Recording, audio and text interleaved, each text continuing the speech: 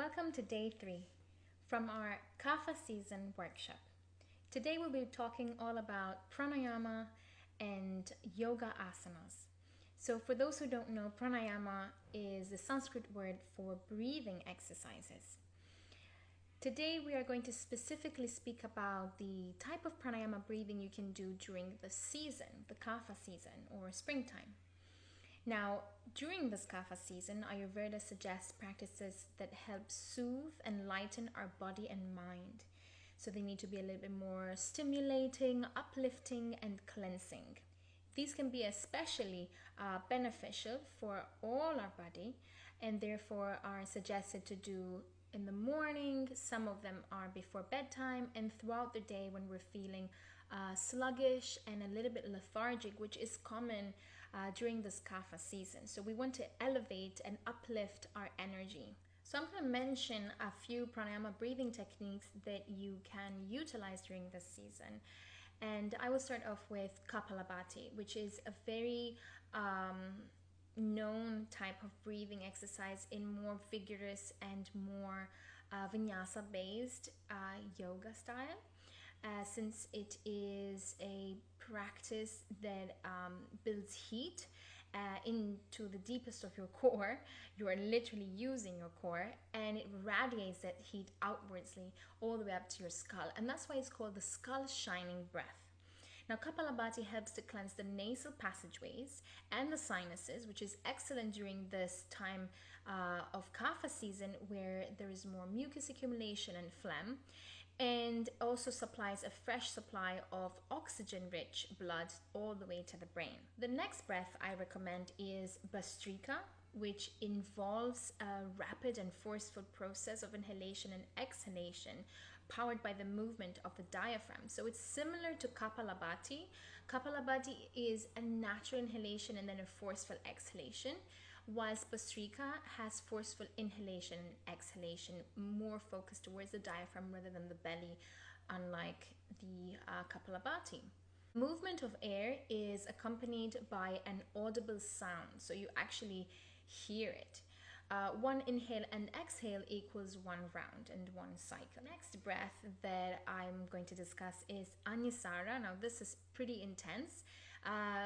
For those who watched the video on day 2, you know that we've been talking about Anyi, which is digestive fire, this heat inwardly. And so basically what it means is that Anyi, which means fire, and Sara, which means energy or essence or cascading, basically is just heat and kind of energy that we're creating from the inside out. So this practice fuels your inner fire, stokes up your digestion, promotes elimination, clears your mind, and activates this prana, this life force energy flow. Now, Anyasara should be practiced with normal breathing patterns and using the lower abdominals, not the stomach muscles as such. It is best practiced when the stomach and bowels are empty and typically early in the morning because there's a lot of movement in the abdominal muscles. So you need some essence of space and control. Now, the physical benefits of Anyasara range from strengthening your core muscles to improving your digestive system, but also has many emotional, spiritual, and mental benefits as well.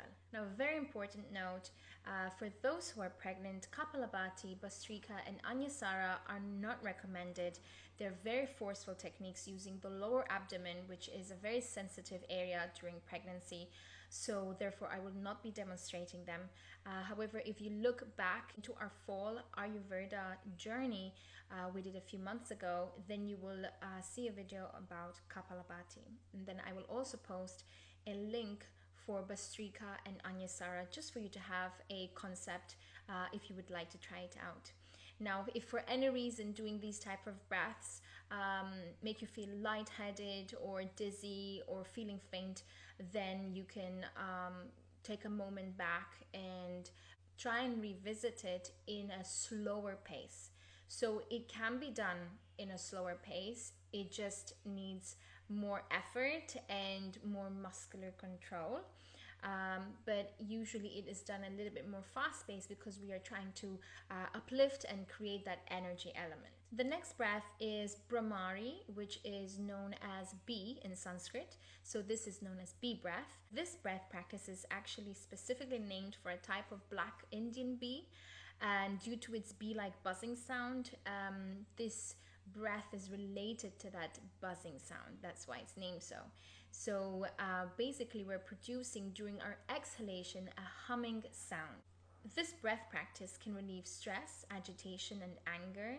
It can also help to calm the body and mind before sleep, so it is ideal to do before bedtime. And then finally, another addition that I wanted to mention, and I will be showing you a demonstration of that, is the breath of joy. It is such an uplifting, energetic type of breath, which is ideal for Kapha balancing season. And you can do it straight up in the morning when you wake up, or before you do your mindful movement, your exercise, or perhaps your yoga practice, or even just before going to work or starting a new project or an activity. It will really make you feel so energized and ready to start whatever it is you're starting. Now, the way that the breath of joy works, which is a very flowing whole body movement type of breath, is by using rhythmic body motion, coordinating arm movements with the breath in order to facilitate a deeper breathing pattern. So you will utilize your body, your arms, slightly bend in the knees, and then also in the exhalation we release a cleansing breath out of the mouth. Now, the type of yoga practice for this Kapha season is important that it creates space. It is stimulating, warming, and makes you feel buoyant. So a few tips you can do for yoga asanas this season are to practice more vigorous types of movement, a more strong pace and intensity. Practice in a warm space because we want to create that warmth, eliminating a little bit more of that water element. And then use a strong, forceful breath during your practice. So in vinyasa or yang style of yoga, we usually use the ujjayi breath, which is something consistent throughout the practice as you inhale and exhale. It's also known as the ocean breath. We basically inhale through the nose and exhale through the nose, but we are creating a foggy kind of ha sound internally. It sounds like the ocean, that's why it's called the ocean breath. And this creates heat and allows us to move better, and that's why it flows really well with a more yang style of yoga flow. So when moving through your yoga practice, you can utilize the ujjayi breath. When you are transitioning from one pose to another, you can incorporate Bastrika, Kapalabhati, Anusara, Brahmari, and Breath of Joy. So you can actually incorporate them between asanas or in the middle of an asana. But throughout the flowing motion, we usually use the Ujjayi breath. Now, during the Kapha season, we want to work a little bit more on our chest. We want to focus on our digestive system. We work on things to deepen our breath while moving, and then also use more sharp upward gaze, which is known as a drishti. So things such as third eye space, internal gaze, so that we are also incorporating the upper body in our practice. So basically, your practice needs to challenge you a little bit and allows you to keep moving. Be a little bit more precise and be careful on your alignment. Be mindful of the poses you're going into and out of. So that's why I would focus more on yang yoga poses. With a little bit more energy and fluidity in your movement. So technically that's it for today as a discussion about the pranayama and the yoga asanas. Please pay attention to the following guidelines I will be adding about certain pranayama breathings, and also I will be adding certain poses you can do for your yoga practice this season. I look forward to discussing even more tomorrow on our day 4 about spring cleanse. And thank you for watching one more time.